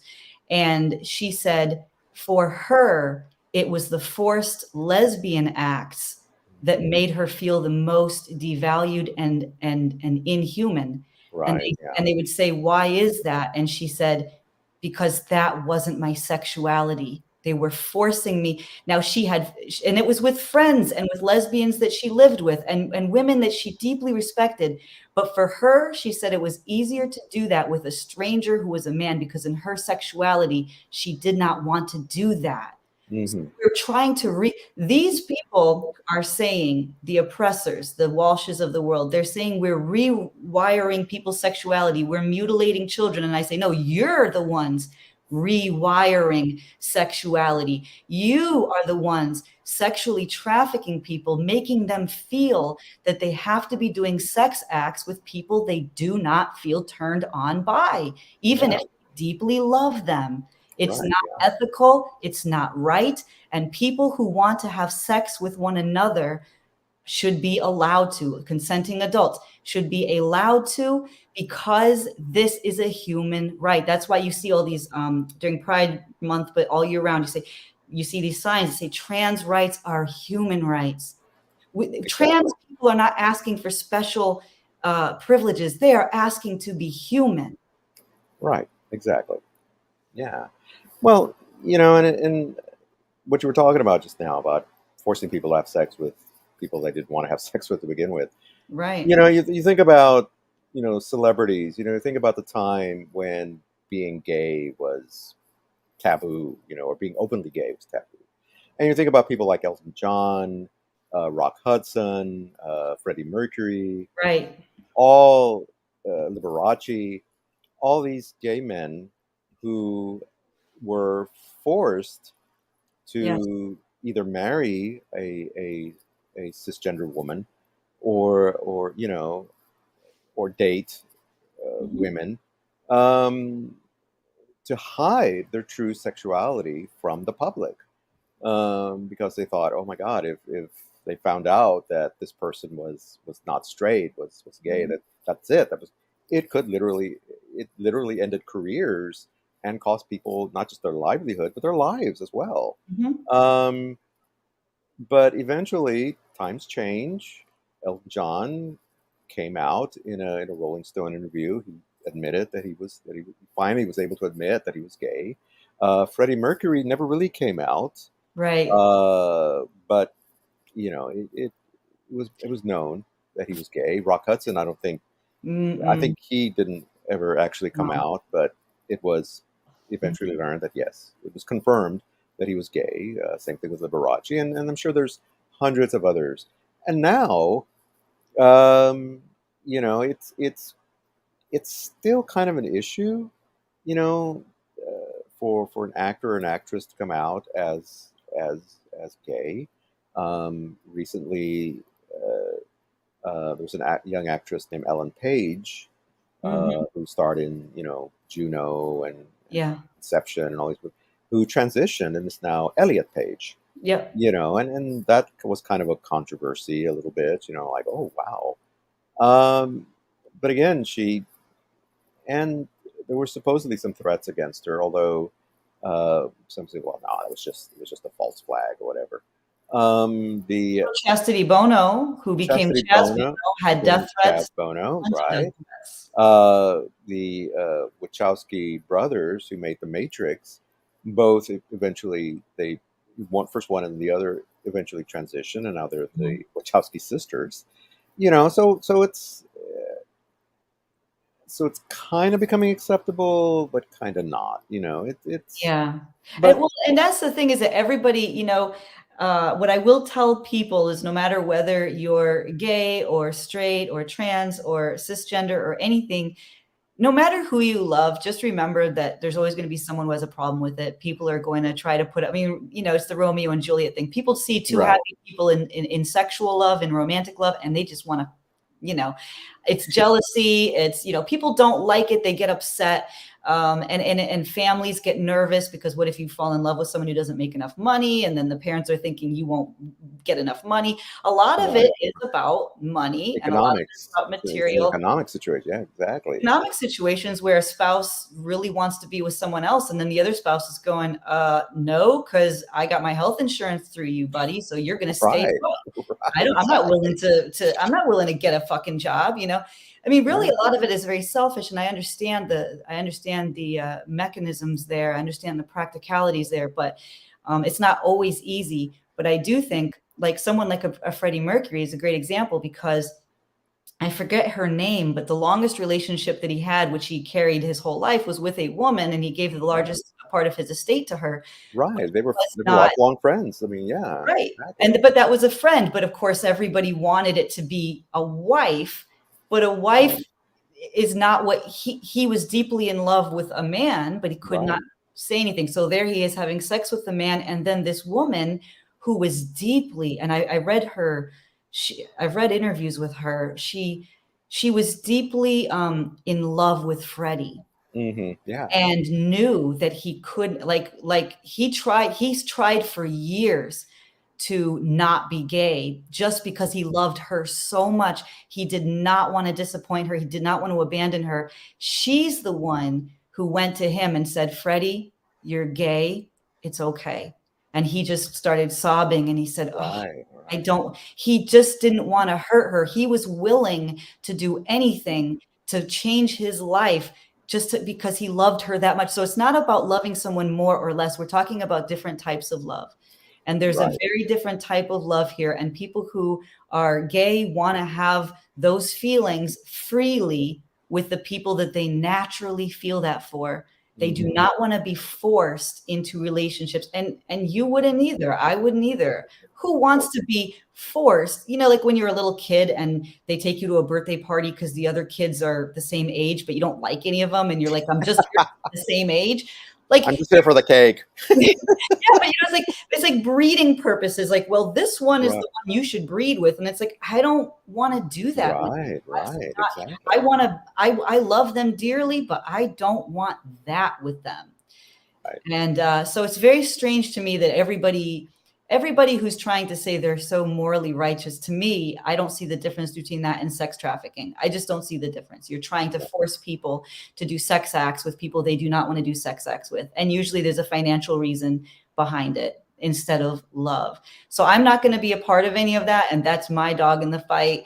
I don't want to be a part of sex trafficking. I don't want someone to do it to me. So no matter who you are, and this is my promise, what I always tell people, and I've told people this for years, Because I remember my mother said to me and my brother when we were growing up, she said, whoever you want to bring home for dinner, I don't care if they're purple and slobber at the table. And, she said, I don't care what it is. She said, as long as they make you happy, I will support. And that's what I say to everybody that I know. And that was before gay rights was even the thing. But I say that to everybody. I don't care what you love or who you love, but I'm in. I'm going to support it. I'm going to support it. I'm going to support it because I don't want someone to do it to me. And it's not ethical to be forcing my sexuality and my sex standards, which are genetically or biologically or experientially related to me. I don't want to foist that onto someone else because nature, God, all of that, there's a different path there. And we need to have diversity. I love diversity. I'm not intimidated by diversity. I think it's a beautiful thing that we have diversity. Yeah, I always use the example of water. Mm-hmm. And you hear the term "still waters run deep." Yeah, which means that for what seems very placid on the surface, underneath there's a churning. Yeah, and it's very necessary for their water to be churning, because water that doesn't move becomes stagnant. Yeah, and exactly. that stagnation then becomes toxic. It becomes poisonous. So water has to constantly change. It has to constantly move. It has to constantly refresh in order for bacteria and things not to grow. There's no there's nothing for it to hold on to. And I think that holds true to people too. If we stop changing, if we stop expanding our understanding of life, if we stop looking at, how do other people live, or, expanding our knowledge of things, then we become like a stagnant pool. Right. And that's not good. We become toxic ourselves. It's not healthy. It's not healthy. And so I think that's what you and I are the same, is that I think we both are these moving waters. We're the still waters with the motion underneath. Yes, the churning waters. The churning waters, Yeah. Running deep. So we are. So I think we need to give final word to somebody who's probably smarter than both of us, and certainly smarter than Mr. Walsh and Mr. Knowles, and Yes, that is Neil deGrasse Tyson. So now now just to tie a bow on this, I say to you, somewhere I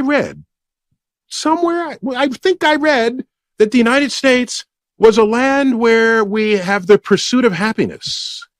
Yes. Suppose no matter my chromosomes, today I feel 80% female, 20% male. I'm gonna put on makeup. I'm gonna do that. Tomorrow I might feel 80% male. I'll remove the makeup and I'll wear a muscle shirt. Why do you care? Yeah. What business is it of yours to require that I fulfill your inability to think of gender on a spectrum? And what I found in the human mind is that we go out of our way to put things in categories, in bins, all right? Because that makes it easier for us.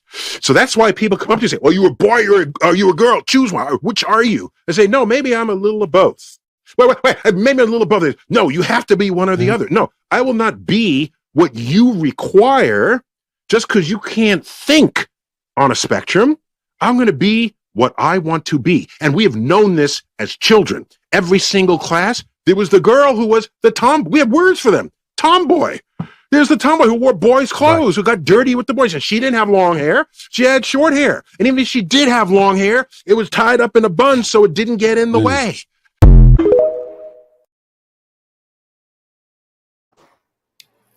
And there you have it.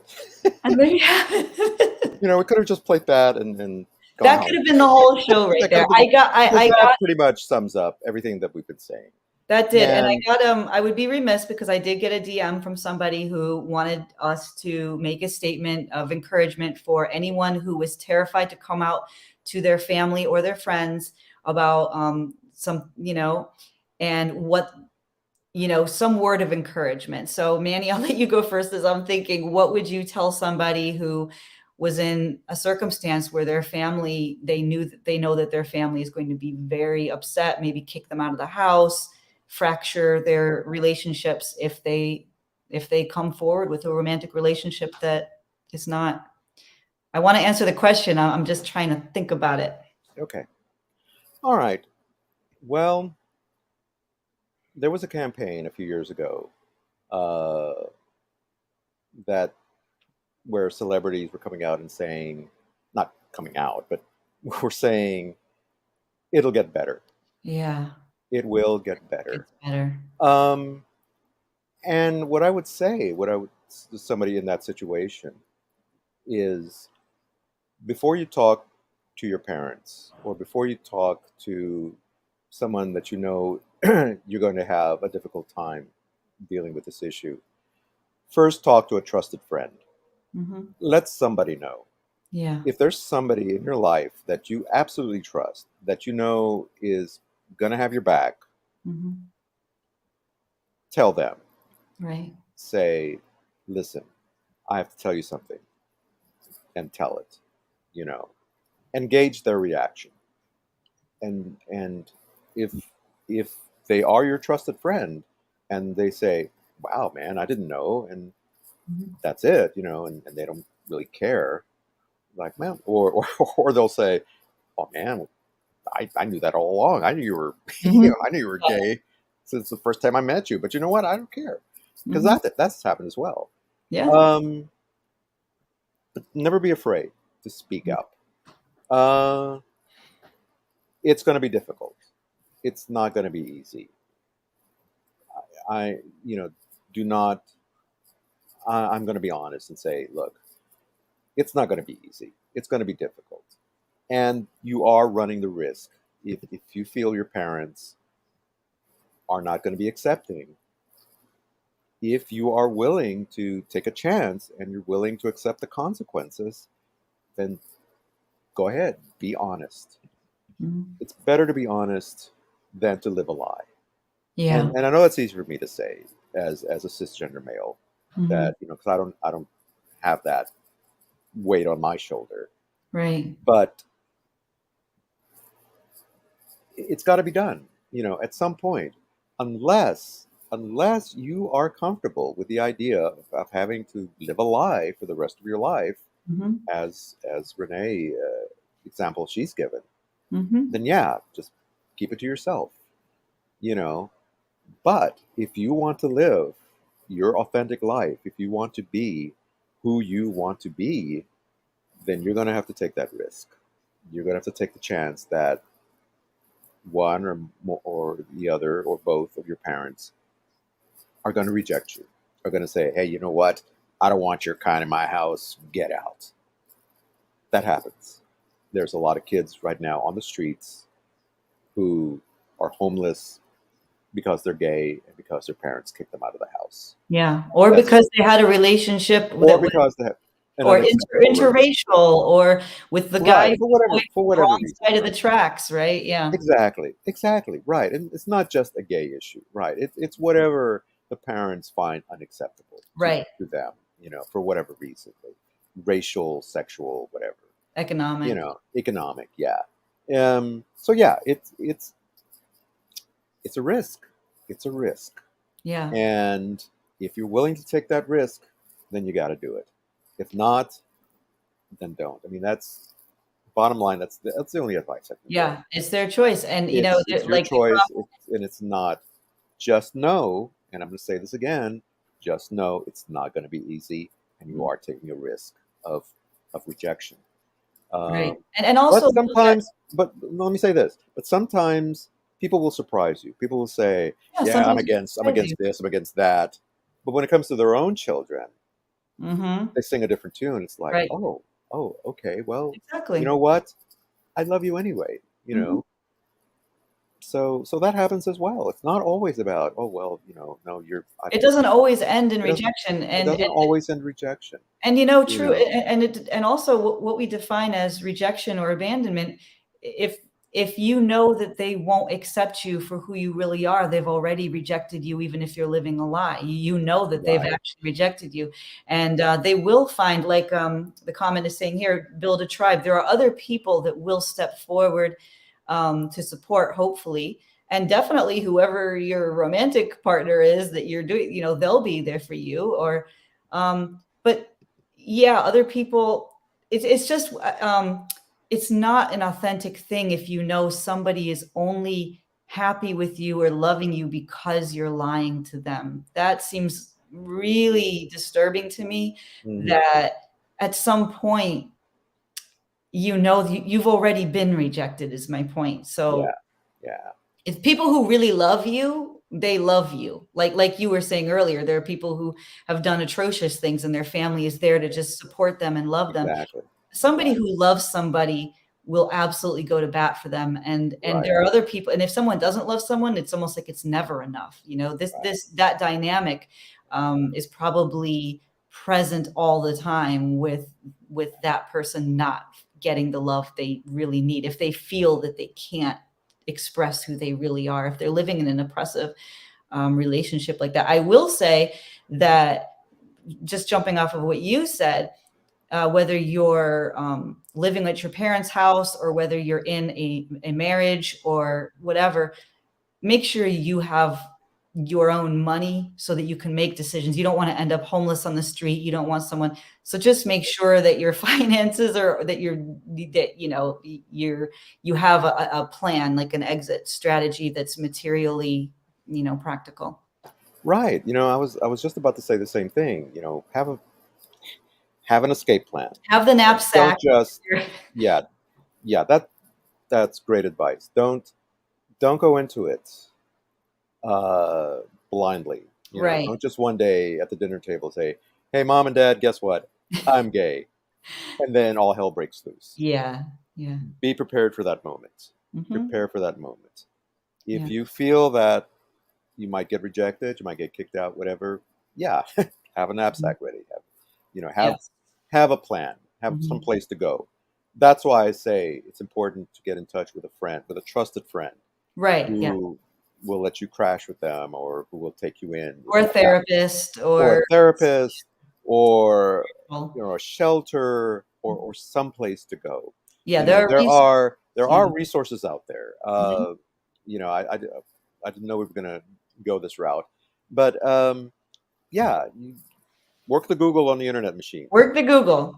And like MM resources. said, she said, give your parents some grace at first. They may be mourning all their preconceived dreams they had for their baby. Real unconditional love will endure. They'll realize it's your life and not that they want you to be everything you dream of. So they dream of.